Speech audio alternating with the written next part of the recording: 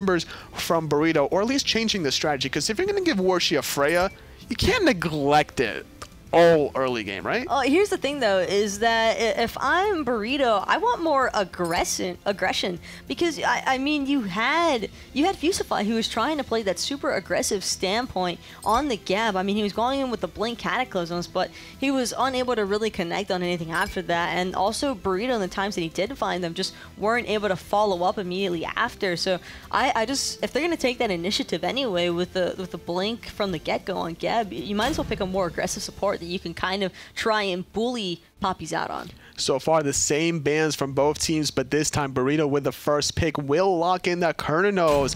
Not going to be available for Oho Boom, but locking in Soul this time for them. Kind of, do we expect Kernos mid now for Burrito and just swapping things up? Just both these teams trading things out. It wouldn't surprise me. I mean, Hunter mid isn't something that's foreign to everybody in EU. It's certainly something that I'm sure all of the mid laners in EU can kind of break out if they need to. Although I'd anticipate that going to Warchi simply because he probably just wants to play the current if he's able to. And more than likely here, Sobek being locked in with the Terra, but Draco Marino on the Sobek had a great performance that last game. The Blink engagements here, not only did he do it just a tail flip to set up Dalo on that Awilish, but he was hitting those plucks pretty consistently. And it's going to be the Papis locking in that Nemesis now instead of looking for that Awilish. And I like this just because Burrito already picked up that Sun Wukong and the Terra. I'm surprised that between the Terra and the Kernos, we're not seeing more wall gods to block that out. You're looking at Thor maybe, Ymir potentially, but with Sobek already locked in, no Ymir potential. But Thor could have been a nice little interesting idea just to shut down those dashes, but going to shut down the Susanoo and Serket, trying to really limit some of Johnny's options. I don't want any kind of junglers that give Nemesis a rough time in the jungle, and I think that Susanoo and Serket are definitely two junglers you just don't want to have to deal with if you're running the Nemesis. And also loving the Jingwei pickup, such an incredibly safe god to play against this current. Warchi should be looking for that one here as we're going to head into the game relatively soon. Once these are done, Kukulkan surprisingly locked in for Burrito. The question is, what's going to be the jungler to pair up with that? You need a setup god, and that's a pretty good setup god. Long range stun. That's a pretty classic setup god as well. But if they make this work, that is going to be a devastating ultimate combination. The damage will be evident, but the execution needs to be on point for Burrito. Amaterasu, last pick for Papis here. Another great late game addition to pair up with this Nemesis. If you're looking for somebody to follow up with a Nemesis that has mobility out of your soul laner, Amaterasu might be your best option. There's just so much mobility in general on the side of the Papis. All of them get a little bit of movement speed, or they just have excellent escapes that cause them to move just a little bit further. So I think that Burrito is really just going to have to focus on their positioning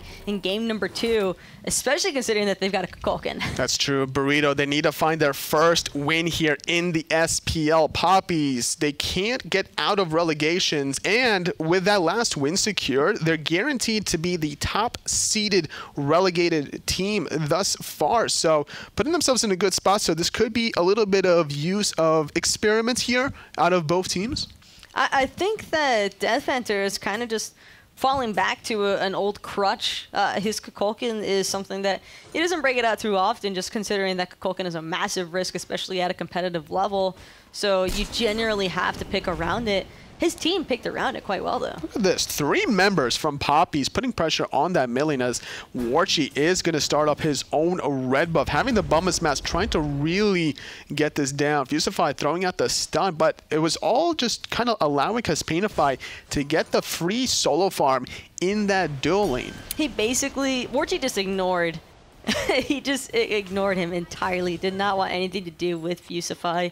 Saw a little bit of poke coming through on both of the solo laners, however. They've got enough health pots, though, to just happily heal that one back up. Now look at Fusify's relic here, going for the Aegis Amulet. Same thing with Johnny. The damage from the soul, they're really worried about that, and it seems to me maybe even the damage from lurking in the water. I think that they're concerned that they already know they're going to have an incredibly difficult time trying to get away from this Nemesis. Probably going to be relying on that Terra's blessing and the ultimate really to just get them into safety.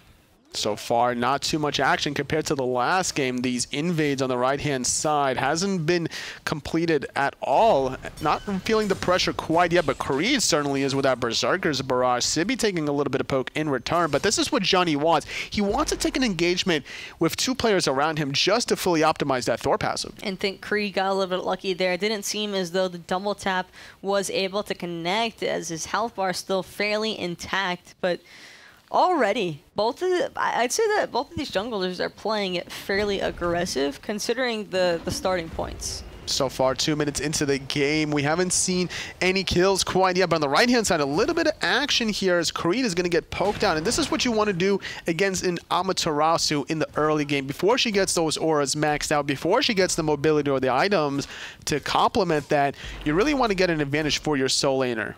And Johnny playing it a little bit close there, choosing to dash forward, just dropping the hammer, seeing what he can get away with. Just really. Because he can, right? He's the Thor. It's like, that's the thing. Come fight me. He's able to play it more aggressive because he's not as concerned about Dela right now, I think. It's only a level 4 Nemesis here. Early game certainly should favor out Johnny without that Retribution Shield being too high of a level. Not going to really counteract too much of the damage, but if we're looking at the health bars here, Johnny actually bit off more than he probably wanted to. Sitting at the yellow health, forced to back here, which is going to take away some of his precious farming time. And luckily for him, though, he's really only missing out on the wave XP in comparison to Dalo, who's going to be catching that mid-wave. 3-way split, though, so Johnny shouldn't fall too far behind. But speaking of falling too far behind, Creed is actually in a tight spot there. Sibby cooldowns, though. I love what Sibby did. So he sat at the melee minions, intercepting the dash from Creed. He wanted, I think it was a little bit of a mind games, because Creed is thinking about, maybe I'll silence out the Ox form that's going to be used to try to clear the wave as well. Or in return, Sibby was like, I'm just going to wait here. If you dash, then I'm going to be able to not only clear the wave, but then use my Tiger Stun to win this exchange battle. And before the Amaterasu gets those levels in the aura, he doesn't have that much sustain. Johnny, though, looking for a play, not going to find it, so he's just going to look to farm. And unluckily... What was he looking for? He was just looking for the gank onto Creed. If Creed was to overstep his boundaries, really, and just try to play the slapboxing game with Sibby, but Sibby just wasn't enticing enough for Creed to take the bait. Do you think a level 5 Thor there with a Sun Wukong was enough to kill an Amaterasu that has that ultimate to be able to kind of get away? Well, depending on where he was at, I believe he also had a little bit of flexibility to try and catch out Oho Boom. If Oho Boom was looking to make that rotation into the jungle, kind of lean towards the back camps, he could have maybe aggressed on him right there as well. But Burrito not looking to go too crazy early on. Fair enough. Also, he does have that wall to rely on. Maybe a great positioning to cut off the escape of not only Oho Boom, but maybe even Creed. Creed forced to dash away there. A blue buff will be picked up by Sibby. And these are two Souling Gods that lives and dies by the blue buff in this early game. Is it kind of like a jungler with their speed? Pretty much, honestly. If a Sun Wukong can't spam his Kojal or the Master's Will and Amaterasu can't stand switch for the sustain, it's not too much of a soul laner here that you have to be worried about. And so already that's definitely going to be hurting Creed now. So it's going to be Sibby having a little bit of an advantage. Johnny trying to roll back into the mid lane, see what farm he can pick up. And Death Panther has been more than happy to just drop his tornadoes down. Draco Marino not looking to make any too aggressive plays quite yet. Doesn't have Blink here. He went for the Bracer of Undoing to start things off, but that's something that we still might see as he will approach that level 12 marker. And the way he's been playing the first game here, I wouldn't be surprised if that option was to be used again. Oh, no, not in the slightest, but I would kind of like to see Papis continue this pacing. It does seem as though in game number 1 and in this game as well, it is a little bit more controlled by the Papis as far as determining the pace of the game is concerned. It just seems to me that Dalo, he doesn't have his comfort a Willish pick, that he's been able to be so aggressive within that first game, trying to find any holes that he can exploit this game with a Nemesis. Hasn't found it quite yet, sitting relatively quiet here. One level behind Johnny currently, but in the mid lane though, Fusify trying to get off the poke there. He doesn't really have to worry about the plug because the way of Terra's passive works. And I think that that's always solid to Fusify, but another thing that I'm really paying attention to here is there was recently a slight cost increase to the shifters, but it doesn't seem to have deterred either of these hunters for Burrito or Papis, because both Warchi and Kispanify are opting to build into that shifter still. It just seems to me that they really want to get that hybrid mix of defensive and offensive capabilities to really poke each other out here. And Warchi sitting at level 9 or 1 level above Kispanify, and that's just simply because she's Jingwei here, right? And Jingwei just has all the advantage, able to fly into those back Harpies every single time they're up, so that's just a little bit of extra farm because he can make it back to the wave before it really hits that tower line, and that just permits him to get a little bit of extra farm every single time as opposed to Kispanify. And that's what he just did there in between the wave in the mid lane. Fusify trying to set up some plays here. Draco Marino going to get a beautiful double tap from Johnny after that wall. Does a lot of damage here, especially before those defenses and health items come online from Draco Marino. Looking at his build here, not too defensive. This is by far the most susceptible time period for a Sobek or a Terra. Both of these gods are really just trying to play it as safely as possible. I mean, Sobek, you'd imagine to play a little bit more aggressive as far as the blink, as far as the pluck is concerned, excuse me, especially considering that we've already seen how aggressive Draco likes to play on the Sobek. He's ready to go in at any point. I think he's just waiting for the engagement from Dalo first, but engagement onto Creed from Burrito. There's no passiveness this time around from the squad. They're going to be able to force all these engagements here. They really are learning from this first game, I feel like, already, but with this Terra's Blessing, trying to catch somebody out of position. Sibby's walking into the lurking, though, was forced to go into the clouds. And I think that it was so interesting that Dalo opted to not expend his Nemesis ultimate there. What? Oh.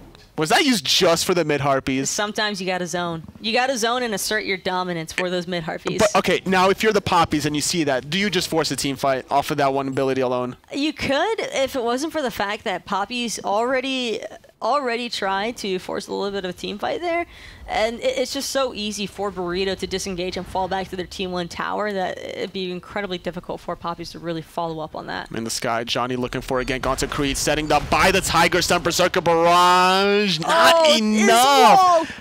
On the opposite side of it, Johnny was caught on the right.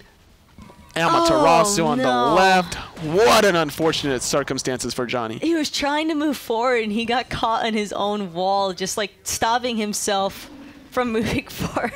That is just one of the worst feelings ever that you could really do. But either way, it's still also a good damage check currently how this Thor and Sun Wukong can deal with this level 10 Amaterasu. However, that was with only a silver breastplate. Doesn't have Breastplate of Valor completed quite yet. So she's only going to get tankier from here on out. Those are the kills that you definitely want to secure early on, just to get your soul in or a little bit more ahead, and because that bounty is just so nice on a level 10 Amaterasu. And not only that, with one kill onto the soul laner, now Sibby could have maybe looked for some early rotations to be able to make an impact in this mid lane. And surprisingly enough, a quiet farming game from Death Panthers, 2 levels ahead, while just now one is Oho Boom hitting that level 10 marker. That's just what Death Panther has to do, though. When you're playing Kukulkan, you're basically playing Farm Simulator for the first probably 15 minutes of the game. And it seems that Burrito are just leaving him alone to free farm in the mid lane because he also has this Book of Thoth rushed out. He actually neglected any starter item, really trying to get this magical power spike item online as quickly as possible because of the way his passive works. And the way that Death Panther was able to safely pick up that Book of Thoth so early on, already has 75 stacks in it, so that's just absolutely incredible, and you can tell that he's already dealing a decent bit of damage as well because of it. It's also about the passive from the Kukulkan, right? You're looking at getting these not only magical power items, but the mana items, because a percentage of the Kukulkan's ultimate, or mana rather, pool will convert into magical powers. So you're looking for those big damage Spirit of the 9 win numbers, but not on the mid Harpies. Not on the mid Harpies. Maybe on the Portal Demon. Sick damage of 768. That's a lot of damage, but there's not too much defenses on those mid Harpies. Portal Demon being started from Burrito. Papis looking to contest it, but the ultimate will confirm it. Draco Marino, though, will pick off Fusify, even plugging Sibby into the thick of things. Going to get silenced out for the time being. His ultimate is available if he opts to use it, but A lot of confidence to hold on to that one. Sibby really didn't want to expend his ultimate there, and having the Portal Demon to teleport back through, it's for good reason. Johnny, though, going up in the air, I think he's going to look for the mid art beast. So what happened there, I think, was he used his hammer trying to find the poke, and then he realizes, oh, Draco Marino is here. He could pluck me now that my hammer's gone. I guess I have to use my ultimate just to escape. He doesn't have beats quite yet. His Aegis was still on cooldown just now getting off there. That was a risky play from Johnny, hammering into 4 people. And speaking of risky, it's going to be risky from Oh Boom, just trying to clear out that midway with Draco Marino, but he's unable to find it against Death Panther. Not able to survive that one. Had to use the beats, but it just wasn't enough. The CC from Fusify sets up the damage from Death Panther, and this is what we're talking about. The damage from a Kukulkan, even without his ultimate, can truly be felt. And man, that's pretty insane damage from the Whirlwind. And again, it just all goes back to these stacks that he already finished off on the Book of Thoth and just getting away with having that item so early. It's just like we were talking about the needing to be punished on Warchi in the game number 1 playing the Freya. Well, where's the punishment onto Death Panther that clearly was going to rush this item? He built into the tier 2 Soul Trap here where he didn't have any starter items. Normally, like as a player, you're looking at the tab screen for like, all right, you're assessing the situation. What does every single player have on their inventory and what can you get away with, right? Here's the thing is that in both of these games, I think it really just falls back to this Nemesis pick so early on. Nemesis is a great pick and a great guy, don't get me wrong, but when you're looking to punish these late game oriented gods that get away with the early game for free, and speaking of getting away with things, Sibby looking to turn the tables onto Creed, who already uses ultimate, and Sibby didn't have to use anything for that other than the bracer. He wanted to take all that damage to get the more health benefit from that bracer. Nice little play coming out of Sibby in the soul lane. A little bit of poke here onto Fusify and Draco Marino. The 2 supports really trying to put themselves in a position to engage, but it's going to be Johnny engaging on that speed buff. But the call was made. Everyone from Papis are spreading out, but Creed getting hit. The Tiger Stun setting up as well. There's no ultimate, but she dashes away into safety. And it's not safety for long, though. You've got the rest of Burrito backing up alongside of it. Almost walked into the Spirit of the 9 Winds, but just able to juke it out. Sibby, though, still looking to go deep. Finding the kill under the tier 2 tower. Warchi making the rotation happen, picking off Death Panther. Sibby finds a double kill onto Dalo. Burrito getting the better end of finally their own engagement 2 for 1. But as I said that, Sibby taking an awkward pathing through that tier 1 tower. I think he was hoping to get his 72 transformations off in time to escape it, but the pluck from Draco was just too much to handle, and instead is able to pick him up, but still 2 for 1. And that's pretty good. Gold Fury, though, being started out thus far. Caspanify is able to secure that one for Burrito, so able to win an objective as well. Great improvements between game number 1 and 2. And Johnny just trying to keep it safe. Hello? That damage? Was that like 60 to 75% of his health? That was his health bar, and they can't even take this tower now. They can't, but they're no trying way, Johnny. to. Draco Marino wanted to be able to take that tower for a little bit longer to get off that sickening strike, but it's actually going to be a teleport coming out of Sibby to his tier 1 tower. Johnny, that damage. He thought about it. He thought about pursuing that, trying to get into range so he could drop the Berserker's Barrage on top of Oh Boom, but it just wasn't enough. Sibby, though, jumping into 4 members of the Papis, but not by choice due to that pluck from Draco Marino, and now, again, just looking to back off to his T1 tower. It's never a great feeling when you're a soul laner that teleports back to the wave only to lose about 80% of your health pool anyway. Now you're going to have to back, and that's going to be awkward here for the Sun Wukong that's doing a good job thus far of getting a little lead over Creed on this Amaterasu. He has this Breastplate of Valor and the Gladiator Shield finish. He has this 30% cooldown reduction, and with these 7-second abilities between his Cudgel and Master's Will, that's going to be starting to chunk in the mid game here. That was such a cheeky Gold Fury by Burrito. And I think that it was incredibly well played to them that they didn't let Warchi steal it.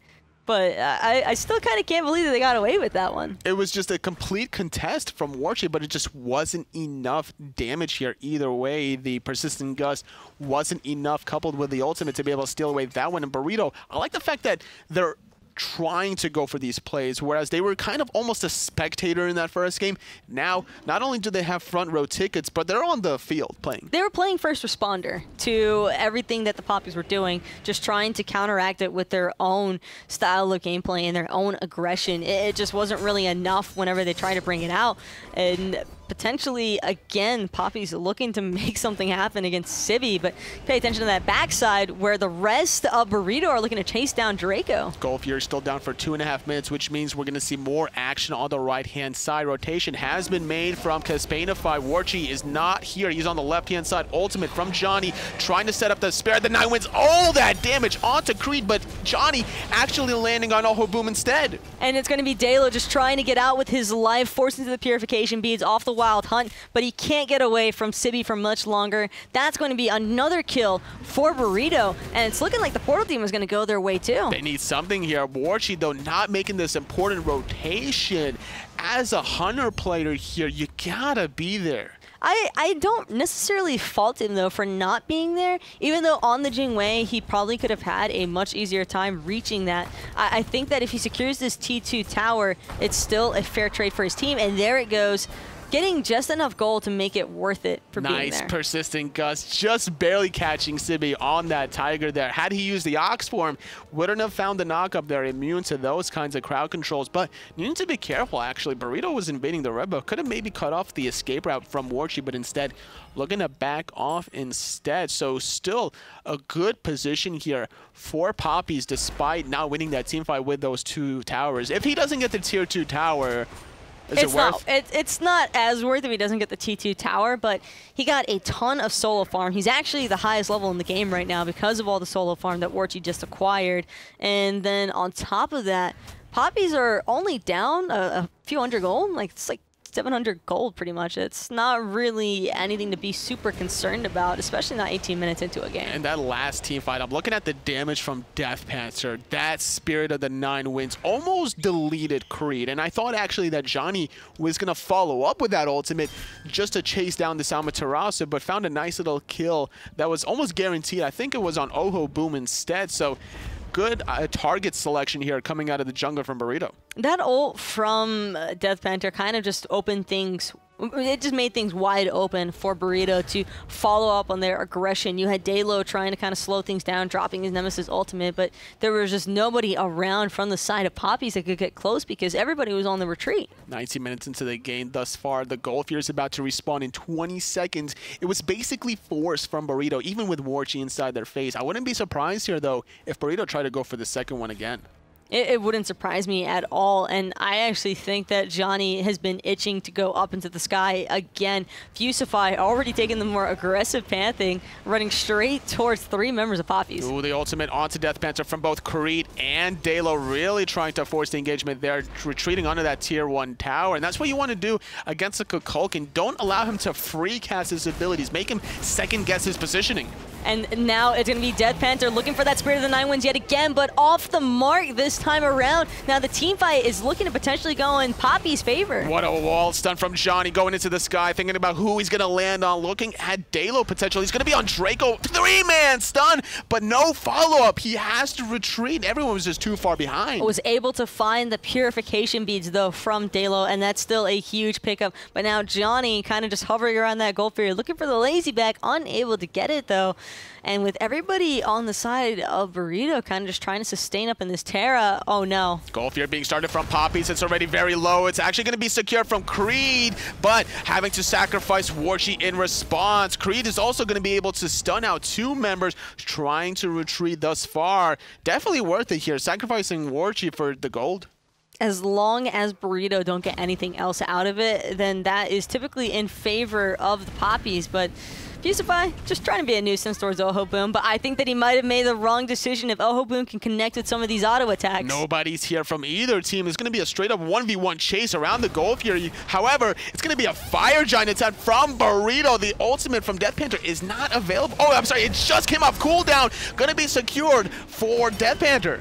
And now Kree just trying to get out. Dalo dropping the ultimate on the Sippy, but he's already up in the air on the cloud. Johnny, though, unable to get away. Not able to get away, but his team gets the advantage with the... Look at this! The whole time, Oh Ho Boom was chasing him like a Benny Hill theme song that went wrong under that tier 2 tower. He just got sneezed on and deleted. What are you doing, mate? Why are you chasing a level 14 Terra? Go defend the Fire Giant. I really don't think that he was expecting to not secure that kill into Fusify. Oh, man. I think Fusify just got away with something he really shouldn't have gone away with. There's no Fatalis on Oh Ho Boom. Why even make that chase? He has the damage still. He doesn't need the Fatalis. I think that he just wasn't connecting enough with the enhance to get that soul passive going that would have shredded Fusify, and he just got baited by the low health mana bar. That is so unfortunate, especially if Terra's Blessing is used. All your abilities become clear casted, so it doesn't even matter if you have 0% mana as long as you get off that ultimate initially, but not able to find the kill, and Oh Ho Boom sacrificed his life, as did Johnny, but for good measure, his team walked away with this late game objective. Very aggressive call from Burrito. They went for an early Gold Fury, they get it. They went for this early Fire Giant, I would say, and they secured that one as well. Now, with this Fire Giant on Death Panther, who has Polynomicon here, this is probably one of the scariest encounters if you're on the side of the Papis. But this is exactly where Burrito want to be right now, is they have so much shred potential onto these objectives. Speaking of shred potential, it's actually going to be Fusify forced into the Terra's Blessing. Spirit of the Nine Winds comes through, and it connects, but to no damage. Dalo had the Retribution Shield, because Painify trying to kite backwards. Creed is going to chase this one down until the end of the world, but a nice Aegis keeping the Carnos alive for a little bit longer. Same cannot be said about Fusify. First victim for Burrito. And it's looking like these should be such solid engagements for Burrito, because they've got the Fire Giant on, well, they had it on 4 members. It's just, everybody seemed a little bit awkwardly positioned, and because of it, Papis just kind of collapsed altogether. And when you've got 5 against 4, 3, 2, everybody's spread out, so you don't really know how many people are actually in the area, Papis are going to come out on top, like 9 out of 10 times probably. Fusify did a great job to bait out the pluck initially from Draco Marino, but then everybody and their mother was there trying to lock him down. And then the ultimate from Death Panther was just not good enough here. This time around, though, deletes Warchi. That's one of the circumstances. I think he heard me. Warchi backstepped into that trying to juke it out. A little stun here. Little stun from Johnny, just poking out the level 15 Sobek. Not too much damage, though. No one really else in position. Burrito, they need to utilize this Thor-Kukulkan combination, the long-range stun, into the huge burst damage from Death Panther, but I really haven't been seeing it too much this game. Death Panther's been doing pretty solid, though, as far as free casting is concerned, and speaking of solid, unable to find the sneeze onto Creed, but it doesn't even matter, because Painify's got more than enough damage. Just Creed dashing in into no man's land. Johnny's here, though, this time around, trying to make this teleport happen, stunning Oh Ho Boom against the wall, because Painify finding it with a wild hunt, and now finally utilizing their Fire Giant buff by getting this tier 2 tower. Now the question is, okay, I was thinking that maybe they'd keep going, but rather playing it safe than sorry going for mid. I don't think they wanted to risk it because they knew that Warchi was going to be respawning, so it's just safer to pick up the T2 tower mid, potentially look for another pick or 2 against Papis, and just keep those death spawn timers stacking. And they're still not level 20, right? Death Panther's damage can only increase from here on out. If you get the gold from the towers, the Gold Fury as well for Burrito, you're looking at the damage numbers from Death Panther, who's already really high anyway, and it's only going to get increased. Surprisingly enough, though, because Painify and Sibby topping those charts. I'm not surprised to see Sibby at the very tip top of the damage charts, especially not with the way that he's been playing this Wukong, completely disorienting the backline for Papis, just being an absolute pest, dropping the cudgel everywhere, transformations, tiger stuns. He's been all over the place. And to be fair, though, he did get a little bit of assistance from Johnny in that solo lane from that early gank, not finding the kill, but poking out the Amaterasu just a little bit. Sibby, though, trying to contest this Gold Fury. It's going to be secured from the Papis, able to sneak away that one. Fire Giant, though, going to respawn in 20 seconds, and with a timer for Burrito, they should look to try to go for that one. Papis should be aware of when that Fire Giant is spawning as well, considering that they were in the area, so they should have a general idea, if not their own timer, for the FG. But Granted, Burrito have the Kukulkan, and that's probably their biggest advantage. Oh Boom has an excellent ult for securing objectives, but it's not as fast as the ultimate from Death Panther with the all-in at once damage. You're looking at the burst versus the damage over time. Death Panther will win that team fight every single moment, and without any sort of movement from Fire Giant, you can't really miss that one. No, not at all. And really, that's, I think, what it's going to come down to is if Burrito were to be playing this a little bit more coordinated. Look at Johnny, though, trying to go onto Oh Boom. They're forcing out the Supernova. Great bait from Johnny. What he was trying to do was really stun out Oh Boom against the wall, but the rest of his team was already there. Not even going to be able to have to expend a defensive relic just for that aggressive play. And look at this, starting up the Fire Giant. Only Creed is around the corner. I think that they just wanted to potentially bait Creed into there and see if any members of the Papis were home, essentially, because if Creed hadn't responded to that, I think Burrito would have just happily stayed on it. I'm surprised Death Panther wasn't there either, or rather that they started the Fire Giant without Death Panther being there. That's the main damage source between the Polynomicon and then all the abilities to follow up. This level 20 Kukulkan is going to be absolutely melting objectives with the penetration as well.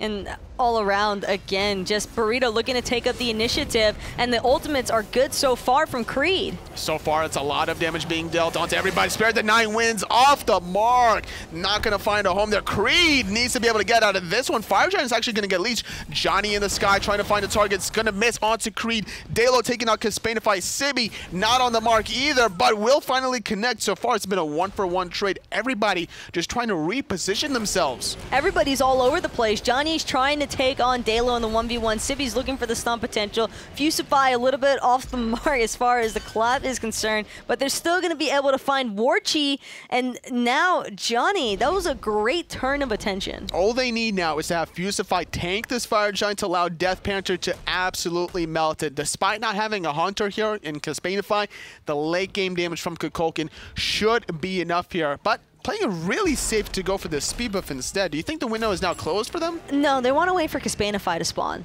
They want their physical hunter, I believe, to either be close to spawning or be there and ready to participate with the rest of the team as far as another Fire Giant siege and fight is concerned. Okay, I see where you're going with that. 20-second window, though, between Warchi and Caspainify. That Jingwei passive will take into effect a little bit, will shave off some of the traveling time, but it will still favor out Burrito for a small moment to go for that 5-on-4 engagement, especially with the ultimate from Death Panther.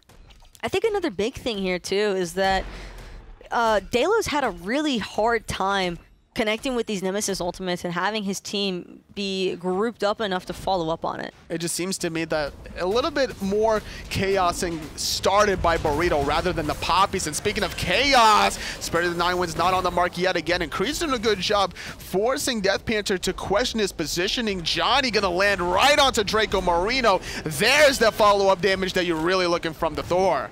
And already Papis just trying to retreat now. 2 members poked out pretty severely, and the Portal Demon, that's an easy one for Burrito to lock down. Now they're going to be able to take that portal after healing, after finishing off some more items, to be able to start another Fire Giant here. They got the first one about, I want to say 8 minutes ago here. Nice little poke from Johnny onto Warchi. Going to force him to back, and without that Jingwei, it's going to be a little bit more easier for Burrito now. Everybody is zoned out on the side of the Papis. Nobody to come in and try and contest this Fire Giant, and that is Burrito all day long. Clean, clean, clean. Burrito just getting their second Fire Giant of the game, walking forward towards the mid lane. Look at Johnny trying to find a flank here. I like this mindset. He's going to actually teleport into the thick of things, stunning out Creed, intercepting the dash. It's going to force out the ultimate from Creed, making this next siege that much easier. But that is perfect for Burrito. That's all that they want. He's not done yet. He's going to dive into the backline, connecting onto 2, forcing out the beats from Warchi, even the ultimate out of him. This siege is just going to be so easy, I feel like, for Burrito now. Cost him his Aegis, but he still has the Bracer available, and now it's going to be Burrito, sure enough, aggressing onto that mid-Phoenix. It doesn't stand a chance against Caspainify. No, not at all. Stun not on the mark. Spirit of the 9 wins, going to split the uprights yet again. Draco Marino trying to find a home in the lurking in the water, but it's Sibby on the clouds instead. Diving the backline onto Warchi. He doesn't have the ultimate, going to get the Tiger Stun as well, while Johnny is chasing out Dalo in mid, finding Warchi on the left. left. In the left, they're still going to go for the siege on the Phoenix. They finally get a nice cudgel from Sibby, connecting onto Oh Boom. I think Sibby and Johnny just absolutely popped off this game and really made up for where the Spirit of the Nine Winds weren't able to connect. And sure enough, it's going to be Burrito splitting, and you know what that means.